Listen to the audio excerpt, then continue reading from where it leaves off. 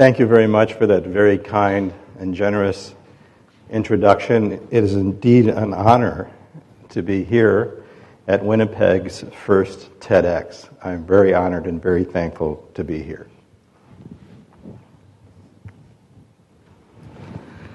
I'm going to start by asking the audience a rhetorical question. Where will you be during my talk?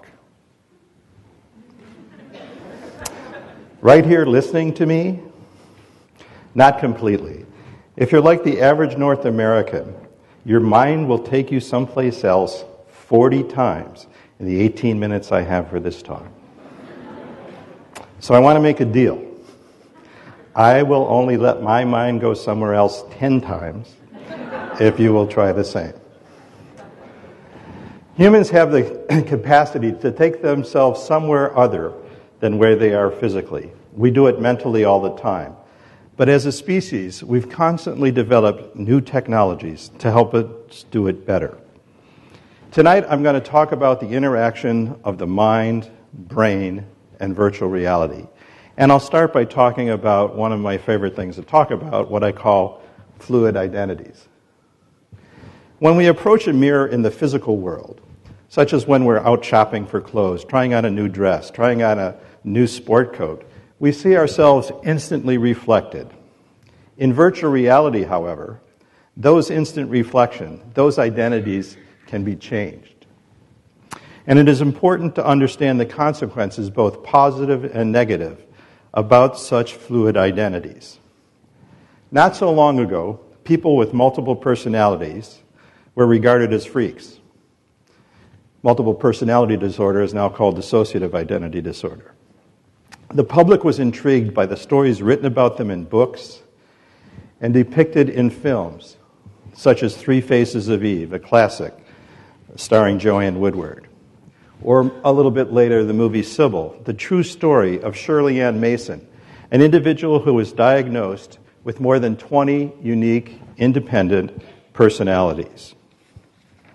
Many others, while not diagnostically dissociated, were hooked on having multiple identities. They took advantage of them. Consider Ted Bundy, the serial killer, used many different identities to snare his prey. Or the great imposter, Frank Abagnale Jr., whose life story was portrayed by Leonardo DiCaprio in the recent film Catch Me If You Can. The Dr. Jekyll, Mr. Hyde-like separation of different personalities in the same body made these apparent deviants stand out, or at least they used to. Of course, everyone has multiple identities. The same person can be woman, mother, daughter, doctor, governor, Protestant, etc. It's not so much the number of identities that we have, but their integration that defines normality.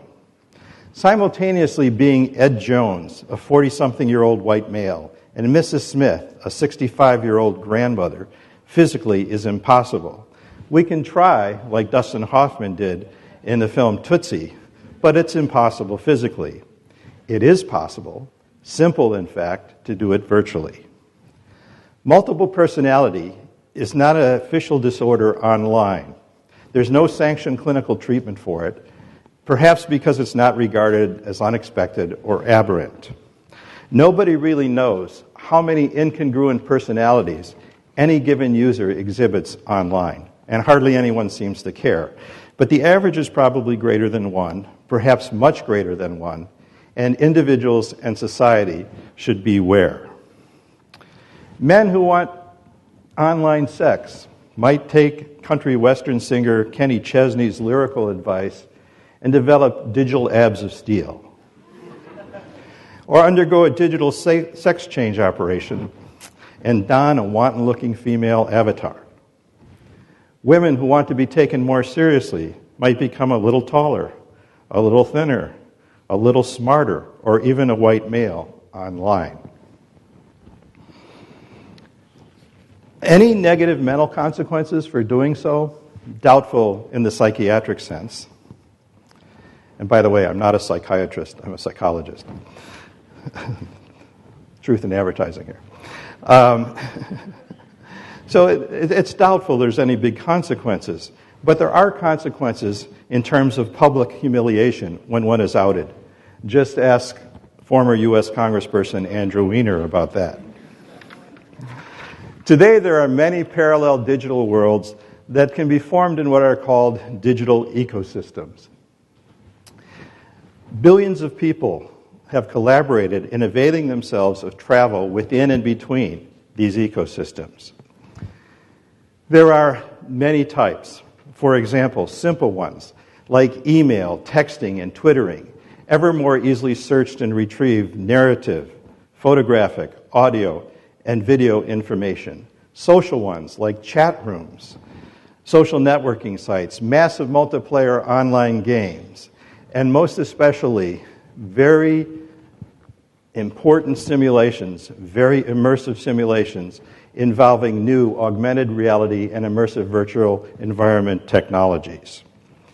All are available at this date to more than 2 billion people, a third of the world's population, allowing them to create and disperse as many versions and clones of themselves as they see fit, sometimes even simultaneously. But we all know, users know, of course, that the digital world isn't real, don't we? It's all just recreation, isn't it? Well, it's no less real than conversing on a handheld or smartphone. After all, that voice we hear is a digitally tracked and real-time rendered version, an avatar of the other person on the phone. The avatar is the other person, according to our ears, brains, and minds. Just like a visual avatar is real to our eyes, brain, and minds. We can ask ourselves the question, what is real anyway? Given that scholars disagree about what constitutes reality, how in the heck can we be definitive about what constitutes virtual reality? Isn't it just something that involves a computer? Our position is inherent in our notion of what we call psychological relativity. Now, scientists have proven that motion is relative. As I stand here tonight, it doesn't look like I'm moving very quickly or very far. But that perception is only accurate from points of view in this room. From a much more distant perspective, I am moving quite far and quite fast, and so are all of you. In Winnipeg, at this latitude, we are moving at more than 1,500 kilometers per hour as the Earth spins on its axis, even faster as the Earth revolves around the Sun, the solar system around the galaxy, and the galaxy through the universe. We argue that what constitutes reality is also perceptually relative. It's a matter of perspective and perception. Common sense dictates that the natural or physical world is real. But is it? Scholars such as Aldous Huxley and Roger Shepard and others have long discounted the absolute reality of what is perceived as physical reality via scientific, philosophical, and theological arguments. Here is the gist of what we call psychological relativity. Distinguishing what is real from what is not is pragmatic. Knowing what is real, in quotes, knowing what is real, helps keep people centered or grounded. So everyone has a grounded reality, the one they consider real, and any other world in which they participate is regarded as virtual, and often a preferable choice. In these terms, nearly everyone believes that the natural or physical world is as grounded or real, and any other world, whether simulated via dreams and daydreams, via hallucinogenic drug intake, or via communicative media technologies, as fictional, imaginary, or virtual. However, grounded reality is not the same for everyone. Some people have auditory and visual hallucinations that they believe to be quite real. John Nash, for example, or Son of Sam. One person's virtual reality can be another person's grounded reality, and vice versa. A repetitive theme in fiction, science fiction, movies, and books. In our research, we have shown far more often than not that mental and psychological processes operate very similarly in either grounded or virtual realities. Everyone has compelling virtual experiences.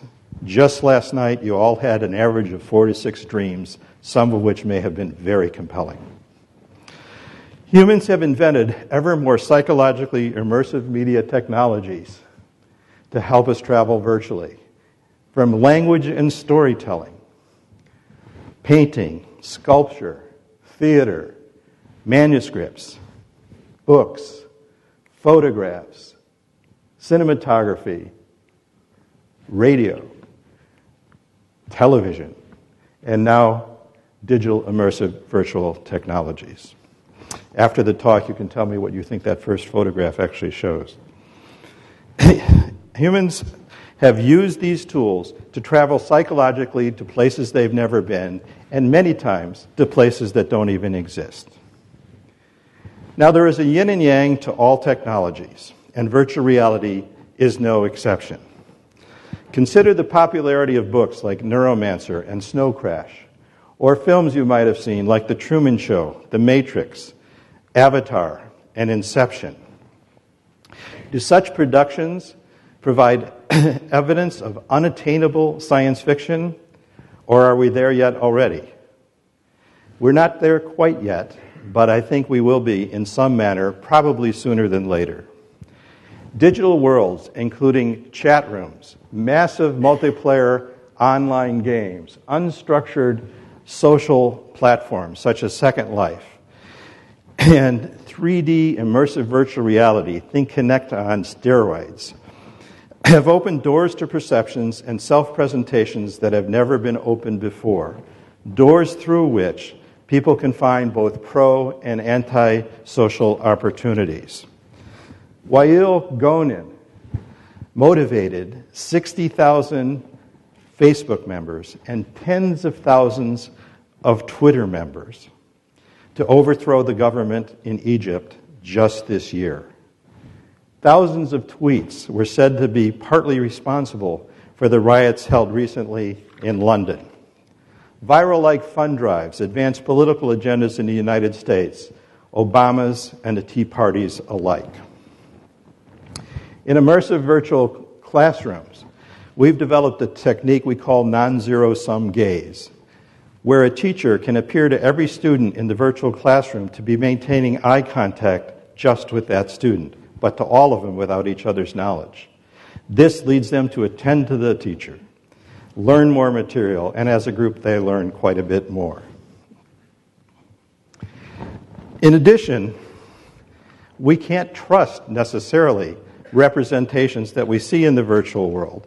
Being Frank Abagnale Jr. is digital child's play today. This is a slide from one of my colleague and co-author Jeremy Balanson studies in which he morphed people's pictures into political candidates in the 2006 elections. So what you see on the left is just the person. What you see is the actual photograph of the political candidate, and what you see is the morph. Two things happen. First, individuals can't see themselves when just looking at the picture of the candidate. Not so bad. The second one is a little scary. They're much more likely to vote for the candidate that contains the morph of their own picture, even across political parties. So we think robocalls are a problem. Wait till we start dealing with this. Baiting via virtual identity is no longer the province of a man or woman, wealthy man or woman from Nigeria trying to share their fortune. Avatar impersonators have ruined marriages, perpetrated devastating rapes, and spurred suicides. The freak was now ubiquitous, not just a member of a small lunatic fringe. In sum, previous human-made media technologies, ranging from language and storytelling on, have all expanded the reach of humans beyond their physical environments and even beyond their imaginations.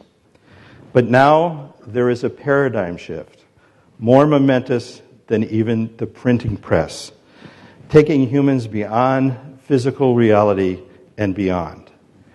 allowing people to share virtual realities for ill or for good.